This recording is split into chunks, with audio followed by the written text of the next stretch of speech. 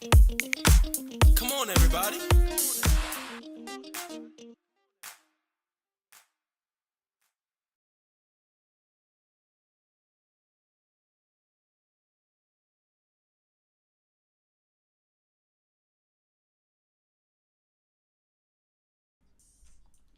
How's everybody doing this evening? Come on in. Come on in real quickly. We want to make sure that all of you are finding your way here. Good evening, Reality Sanctuary. It's good to be here with everybody tonight. Um, do me a favor. If you're not subscribed, subscribe to the channel. Let's get those likes up and get all that going here as we move. Okay. All right. All right, I trust everyone's having a blessed day. I'm not going to be before you long. Welcome to Reality Sanctuary. I am your host, Bishop Kevin Whitson, Cincinnati, Ohio, and we're happy that you are here with us tonight. I want to get into a word, St. John, chapter number 5. I'll give all of you a minute to find that. I'll give you a second to find that. Excuse the noise. I'll give every one of you a moment to find that. All right. Let's see if we can. All right. St. John chapter 5, everybody.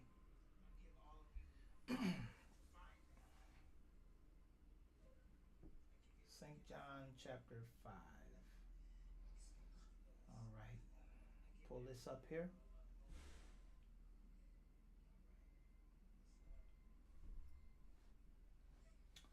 Okay. Can y'all give me some indication that I know that you're on here with me? I want to make sure that. Okay, there we go. There we go. Audio's clear now. All right. So St. John chapter 5. I want to read this word to you. And Jesus passed by and he saw a man which was blind from his birth. And his disciples asked him, saying, Master, who did sin, this man or his parents? This man or his parents? And Jesus spoke a word to them and said that neither did this man sin nor did his parents sin, um, but that the works of God should be made manifest in him. I must work the works of him that sent me while it is day. When night come, no man, no man can work. As long as I am in the world, I am the light of the world. And when he had thus spoken, he spat on the ground and made a clay of spittle, and anointed his eyes of the and of the blind man with clay, and said unto him, Go, wash in the pool of Siloam. Now, uh, kind of want to point out a couple of things here in your hearing, in your understanding. Number one, um, Jesus is coming to a place um, and passing through a space um, and see someone blind from birth. Now, that's not an uncommon thing because many people are blind in this time. Many people are what you want to say not able to see or move or to walk or to function. But Jesus comes and he sees them, and immediately the accusing starts or the questions start, and the questions kind of go like this: Who did sin? His him or his parents? And sometimes when people don't have a grasp of reality, they'll start making stuff up.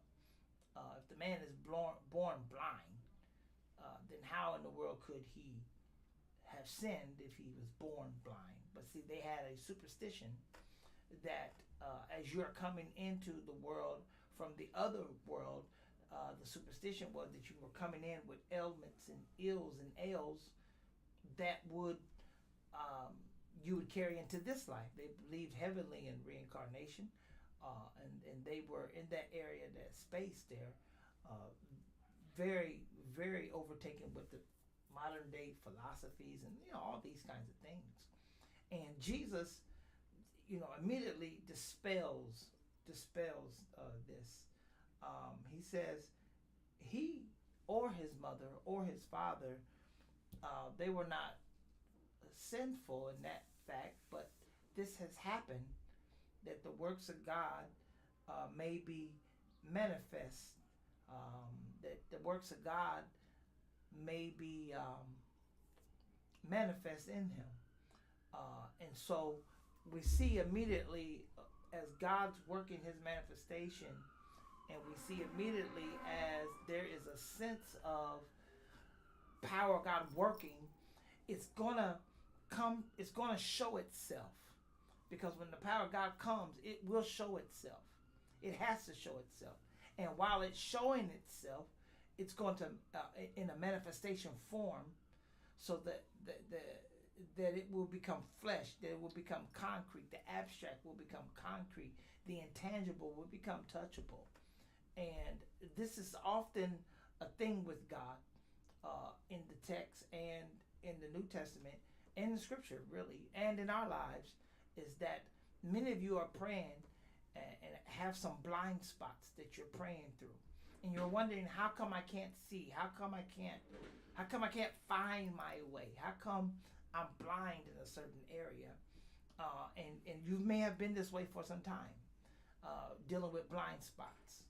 But if you know anything about dealing with blind spots, you should know that sooner or later, light will come. Manifestation will happen when the right person comes into your atmosphere.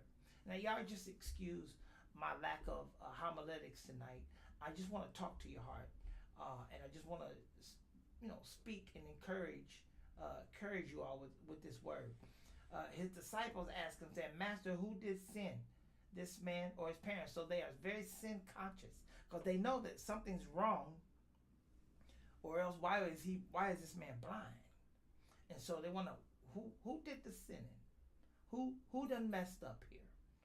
And Jesus said, neither has this man sinned nor his parents, but that the works of God should be made manifest. Listen, here it is, in him. So you see, sometimes we are dealing with blind spots and dealing with shortcomings and dealing with things in our lives whereby we think it's never going to change. We think that the way it is the way it's always going to be. But the reality is there's something that has to happen in us, and the power of God must be made manifest in us so that people will begin to see and appreciate who God is in their life and in your life. He says this, he says, I must work the works of him that sent me while it's called day. That's the latter verse.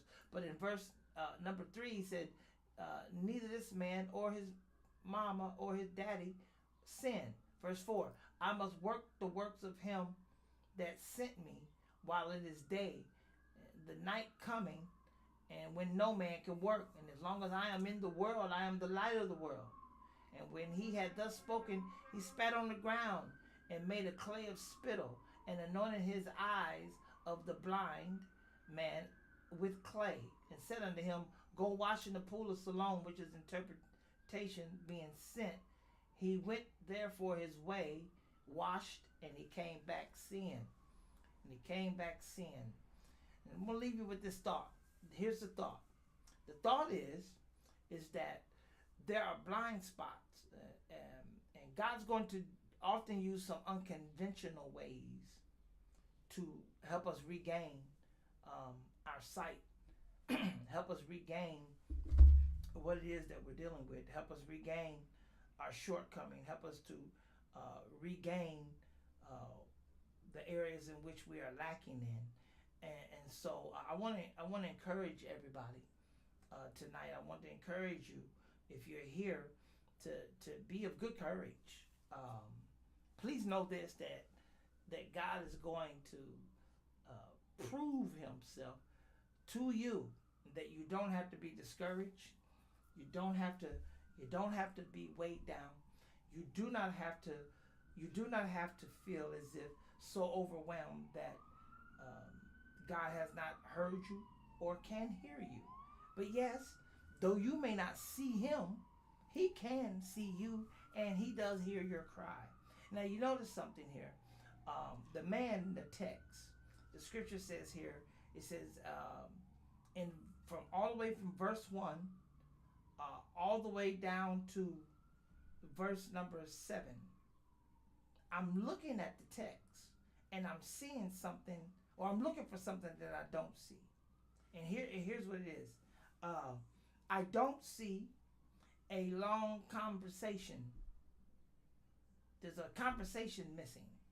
Jesus, here it is, verse 1. Jesus passed by. He sees the man. His disciples ask the question. Jesus answers them. Jesus answers them. Verse 4, then Jesus makes a statement, a declaration about him being the light of the world. And as long as he is in the world, the light is there. And then when Jesus had got done speaking those things, then he spits on the ground, and he made a clay of spittle, and he anointed the man's eyes, and said, go unto him, go wash in the pool of Siloam, which is being interpreted, sent. And he came therefore and washed and came seeing. And I don't see one time that this man is begging for a blessing. I see, however, not one time is Jesus asking him what he needs in this particular case. I don't even see the man blaming the devil for his blindness. I don't even see, as I read the text, I don't even see, I could be wrong, I don't even see where the man is begging Jesus for it. Jesus is proactively involved in this man's situation, and the man is just a receiver. My Lord. So I want to know. A lot of time we're begging so much that we don't know how to just be quiet and receive. And the man here, he didn't say nothing. I don't read anywhere in these first 7 verses that the man said anything, because it's not his turn to talk yet.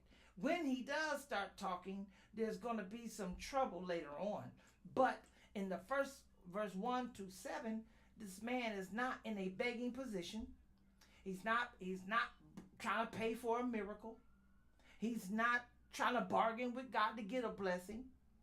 The scripture just simply says Jesus saw him. And I can, you can learn a lot from a blind person. That though he may be blind, he can still hear. Matter of fact, his hearing is more heightened. He's more in tune. And not only that, but the disciples are doing the question asking. And can you imagine being in the presence of Jesus, the man you've heard about, and yet you don't get a chance to get a word in to say what it is that you want? Because from verse 1 down to verse 7, Jesus sees him. The disciples see him. They talk to Jesus. Jesus answers them. When everyone gets finished talking, Jesus spits on the ground. He doesn't even talk. He doesn't even ask the man what he wants. He just spits on the ground. Can you imagine all this going on? And he's not interfering. You see, oftentimes what we do is we oftentimes interfere. When God's getting ready to bless us, we start interfering. So you see, Jesus doesn't ask him for his opinion. He don't ask him what he wants. Because, a lot of times we have to be in the know of everything, because we have to be in control of everything. But the man is blind. I think maybe he figures I have nothing else to lose. I don't have anything else to lose. So the man is blind. And he's saying absolutely nothing. I think this is remarkable. I think this is absolutely amazing that this man is absolutely, he's not saying anything. He's not saying a word. All the man is doing is receiving. All the man is doing is receiving. He's just receiving. I need us to know this, that we've got to be in a place where we know how to receive. We've got to be in a place where we know how to receive. Um, we have to be in that space where we know how to receive what's happening to us without our involvement. And that's tough because a lot of us many times are in situations that we are blind to, maybe relationships, uh, maybe finances, maybe a husband. Some husband is blind to his wife's need. Some wife is blind to her husband's needs, uh, and the instructions coming forward. Thank you, Reality Sanctuary. Thank you for letting me know that. And the instructions going forward. And man, I maybe want to speak this as a word of declaration. I just want to declare this. I'm not even saying it's a prophecy. I just want to declare this and decree this, that maybe when God's working around you, all you need to do is just be quiet and let Him work. Just be quiet and let God work, because you're gonna reap the blessing from it. You're gonna reap the benefit from letting God work that. You're gonna reap the benefit from letting God do that. You're gonna reap that. And so tonight, there are those of you who are watching, and I want to say this to everybody who is watching. Um, you're gonna have to navigate through this next season and learn how to not say much and just let God work around you. Because remember, it's Jesus' words. I got news for you. You may not like this, but the text said it. It's even Jesus' spit. it's the disciples' opinions and their observations. And I want to say, don't be disturbed by people's opinions or observations, because opinions and observations, everyone has them. Everybody has it. So, no big deal. Everybody has an opinion. Everybody has an observation.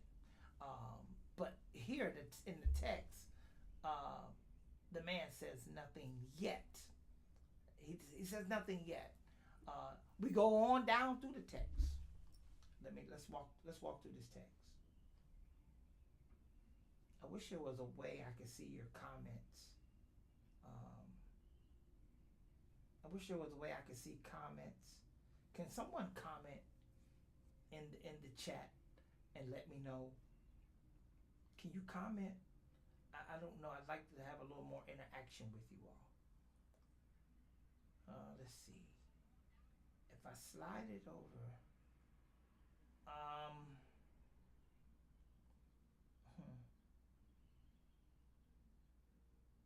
We'll work through this.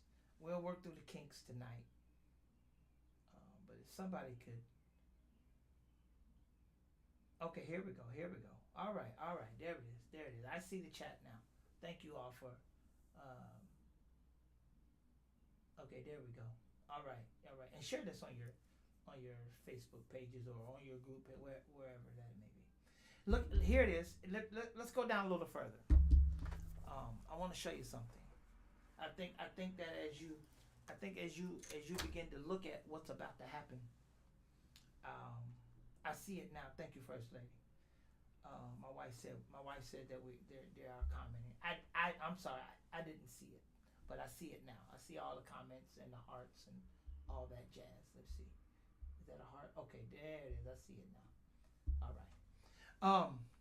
Let's look at this. Let's go a little further. I want to show y'all something that I think is very important to our spirituality and to our relational life.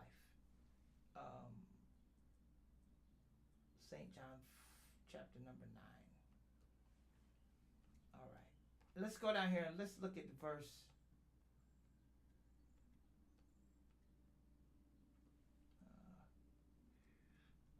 Say verse number 10.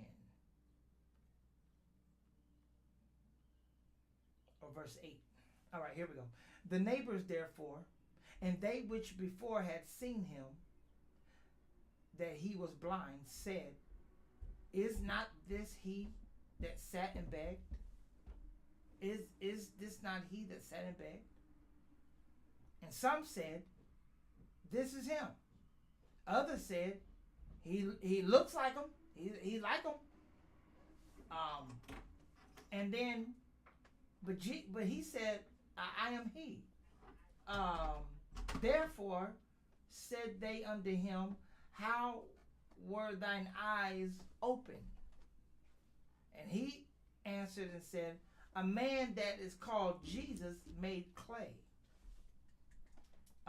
and anointed my eyes, and said unto me, go to the pool of Siloam, which is interpreted sent. And I went and washed, and I received my sight. So you see here that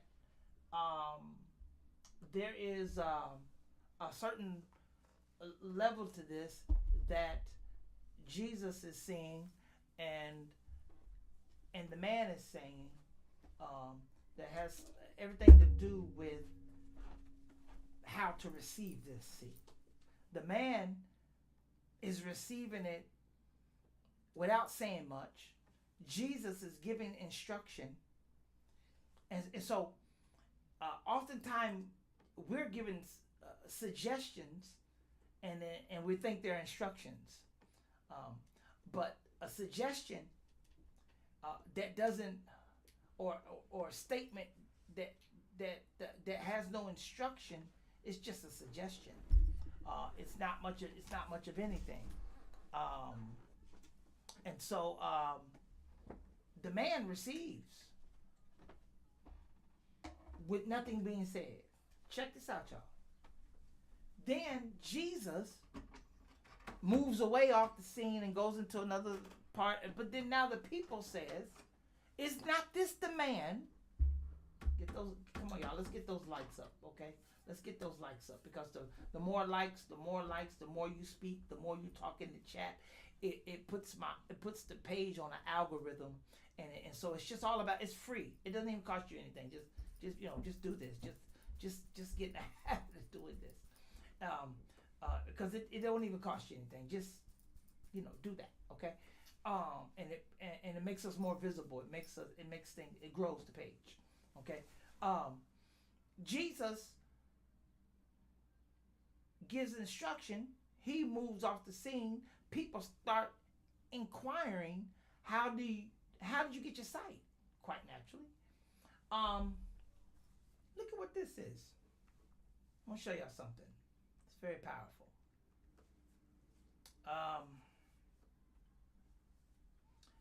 He answered and said, verse 11, a man that is called Jesus made clay,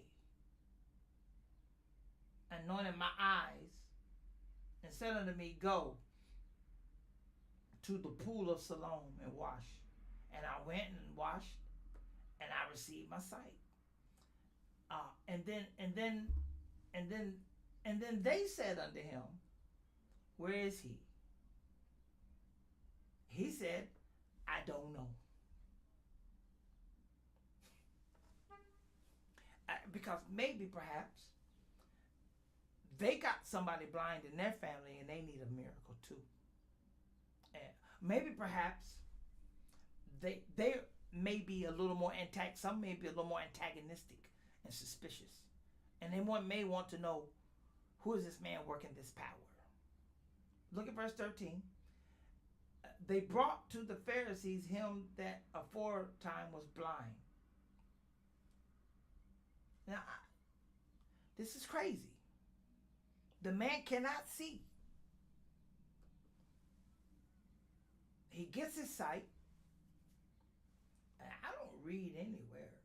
I could be wrong. Let me see. Sometimes I overmiss things. I oversee things. Therefore, the neighbor, verse 8.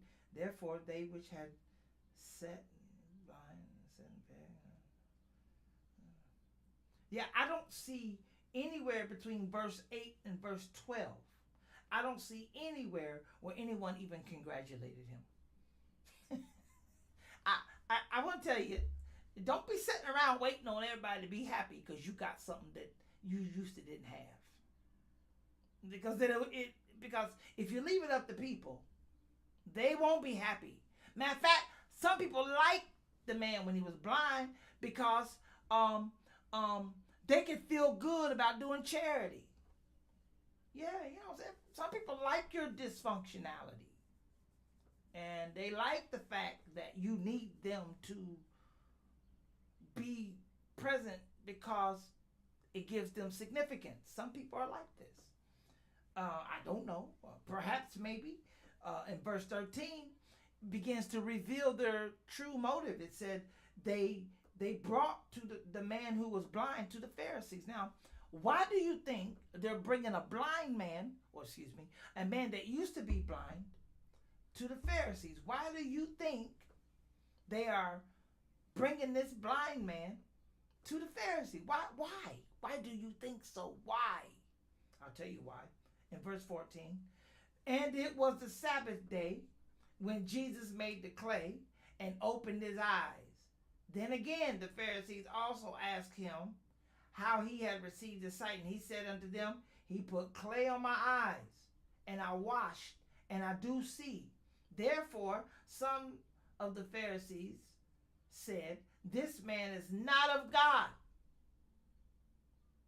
because he keepeth not the Sabbath day. Now, I know that Jesus knows what he's doing when he did it. I'm going to say he did keep it. They said he didn't keep it, but I know he kept it because he kept the word, he kept the law, he kept the statutes, he kept the commandments of God. But what happened is their interpretation, their viewpoint, their vantage point, their side-eye view, the way they're in keeping it, they think Jesus is doing something wrong. You know, I found out a lot of time people will get upset. People will get angry with you, upset with you. They get mad at you. They get indignant because this man has his sight. He got back something that he didn't have. Nobody's happy for him.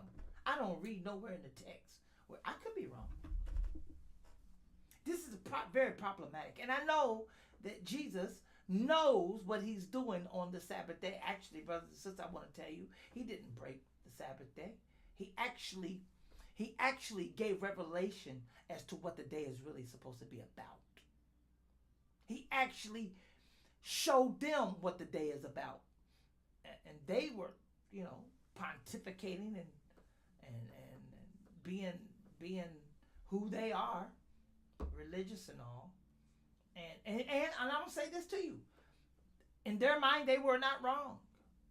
Because up until that point, they were not wrong, because actually they were following. They were doing exactly what they were supposed to be doing. But see, here we have quite a conundrum. We have a situation, because now the Christ is coming, and he's going to do something that they have not been able to do. Sometimes people get upset with you when you do what they can't do. Sometimes. Here it is. The people brought the man to the Pharisees. It said, therefore, verse 16, therefore some of the Pharisees said, this man is not of God. Look at this. Others said, how can a man that is a sinner do a miracle? Because they had the report that Mary had Jesus out of wedlock, and so that stigma on him, and he got to be a sinner because he's breaking the Sabbath day. This is what they're saying. Let's go further. I want to go further and look at this. What verse number 17? They said unto him, what sayest thou of him, that he hath opened your eyes? And he said, he's a prophet. But the Jews say unto the blind man again, what is he? And he said, he's a prophet. But they did not believe concerning him that he had been blind and received sight. That's amazing. how you know how you really changed. I'm gonna tell you how you know you've really changed. Here's how you know you've really changed. Is when people see you for the first time and you tell them you used to be something and they'll never believe that you did it. My God, today I'm looking for likes tonight. Hey, y'all gonna have to get these up here. When people are meeting you for the first time, you say, "Oh yeah, I used to sell dope," and they're looking at you. They say, "No, you did." This is how you know you've really changed. That's only one half. Here, let me give you the other half. Let me give the other 50 side, the 50% side of it. Here it is. People that knew you knew you then, and now they see you. They don't believe. They can't believe what they're seeing. So the people who didn't know you didn't believe you did what you did, and the people who did know you don't believe you have changed. That's how you know God working with you, because this thing is so powerful. Is that what God when God's working and manifesting in somebody's life, neither side will believe it. Your pros or your cons will even believe it, because it ain't for them to have to be convinced of anything. There are no earthly jurors that heaven has sent down to do that job. Nope. There are people who knew you then. They know you was blind. They know you were crippled. They know you was crazy. They know all your dirty secrets. They know everything, but you change. They don't believe it. Then there are people who you meeting for the first time. They don't know anything about you, but when you tell them, "Oh, I used to be a thief. Oh, I used to be a dope dealer. Oh, my family used to kill folks. Oh, my family members and I used to X, Y, and Z." They will never believe it. Some of y'all, some of y'all like us. We got, some of y'all y'all got that testimony, and where you and your family members, where one phone call could just end everything for you, end all your troubles for you on one end, introduce you to a whole other set of problems on the other end. However, some of y'all like this. The man is not trying to convince them of his own accord. They keep asking him, and he keeps giving them the same answer. And it's amazing that when you give people the same answer, they just refuse to believe it. So what I have figured out in my 51 years of living is that if somebody don't like you, they don't need a reason not to like you. They just don't need one. They just make up their mind, "I don't like you." And if somebody loves you, they don't need a reason to love you. It's the way it goes, because it's fueling from the same space. This man is blind, and very few people, and gets healed, and very few people are even happy for him. Actually, to be quite honest with you, Jesus' disciples didn't even show any empathy to him. All they did was inquire about what happened, what went wrong. But they never said, "Look at the guy over there. Jesus, touch him. He needs some help." Nowhere do I read that in the text. Because when we start growing in the spirit, or maybe in religiosity, then we think we are above certain people. And I ask God, never let me think I'm above nobody. I ain't above nobody, man. Let me tell y'all something. I heard a preacher say this in California. He said every person on earth is just one sin away from backsliding. So we should never think more of ourselves than what we should. We should think of ourselves, but we should never think more of ourselves than we should, because all of us on earth have the propensity and the proclivities and the inclination to go right back. Just one sin away. Just one sin away. And I don't see where the disciples even had any discernment or compassion for the man. They just questioning, well, who did something wrong? And then when he gets healed, the people around him don't even congratulate him. Now, can you imagine being blind and hearing people ask somebody, what did he do wrong? You're already blind. So it's like It's like you already are at a disadvantage, but people just keep putting their foot on his neck, and he may be blind, but he can hear. So we have to be careful how people who are recovering from being blind. We have to be careful how we treat people who recover from being blind. All of us are recovering from using to be something. Don't fool yourself. You're not Jesus Jr. You're not Holy Ghost Jr. You're not God's brother or sister. Okay, let's get this straight. You're a human being.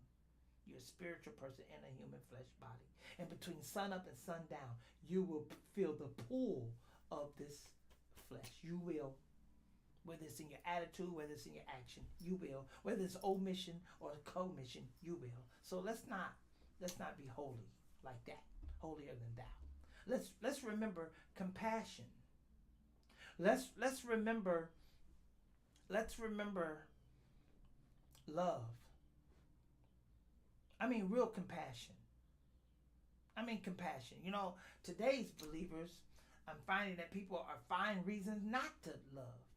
They'll justify reason in the Bible not to love nobody. Nah, I don't need that. I don't want that kind of. Because I come from that. You see, I come from family members that they wild out over there, and so if it ain't no better over, no. What I want us to see tonight is that we gotta come into a space and a place of contrition, humility. And I pray this every day, Lord, keep me humble. I don't wanna go before my time. I don't wanna go before my time. I don't wanna be seen before my time. Because I know that when the time comes, the way that God has fashioned, it'll be here and then it'll be gone, because when the blind person finally get their sight back, that's a testimony. A person who is blind. I would think that we ought to be a little more happy for people when they're recovering from their blindness.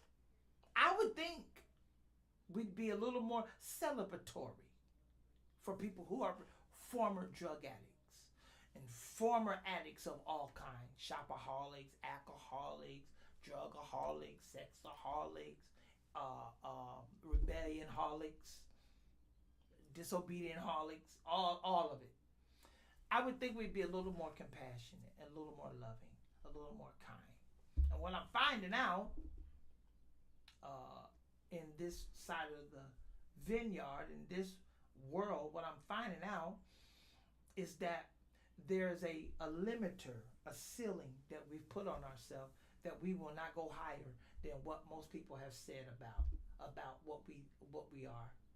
And here's what I'm telling you: the God of heaven, the God of all creation, the God of heaven, has purpose and momentum and design and assignment for your life. You may be in a place today where you're feeling blind spots. But I want to pull the scales off your eyes through the help of the Holy Spirit. That maybe this word is letting you see yourself, because this man is now starting to see himself. He hasn't even been able to see his own growth because he's been blind. It's bad when you can't see your own growth when you've been blind. He couldn't see his hands grow. He couldn't see himself getting taller. He couldn't see his own growth outwardly. But on the inside, he was growing leaps and bounds. Leaps and bounds. And so I want to encourage somebody today. Be encouraged. If you're listening tonight and you just go there in the chat and you want prayer, I'm going to pray for you. Put it in the chat if you want prayer. Y'all get the likes up, please. Get the likes up. This is the way the YouTube world works. It works on a algorithm. And so what we're gonna do is we're gonna hit the algorithm and let them know that we here. We ain't going nowhere. And so what that's going to do is, as all of you are here, as you begin to take this and then share this and move this around and move it about, it's gonna spike the page, and it's gonna make attention come to the page. Okay, so let's do that. If you're here tonight and you want prayer, just put it in the chat. Put it in the chat that you want prayer.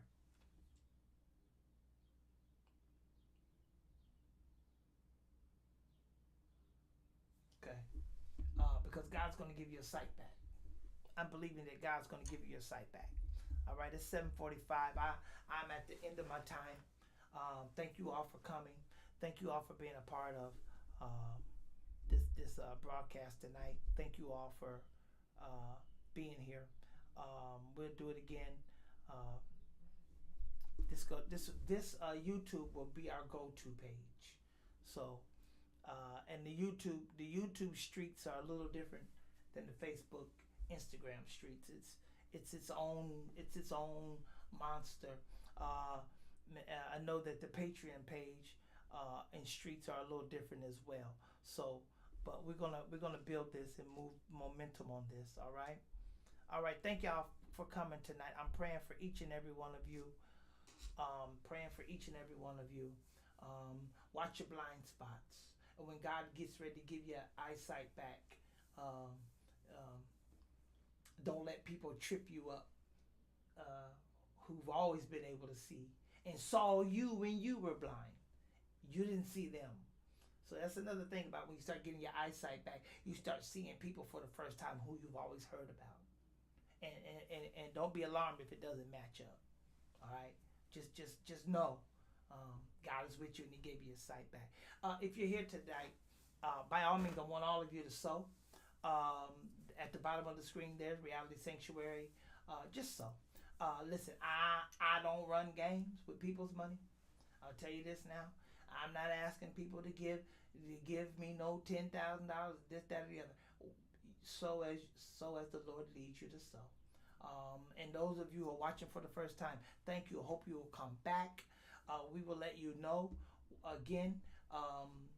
We'll be live again, maybe here in a couple of days.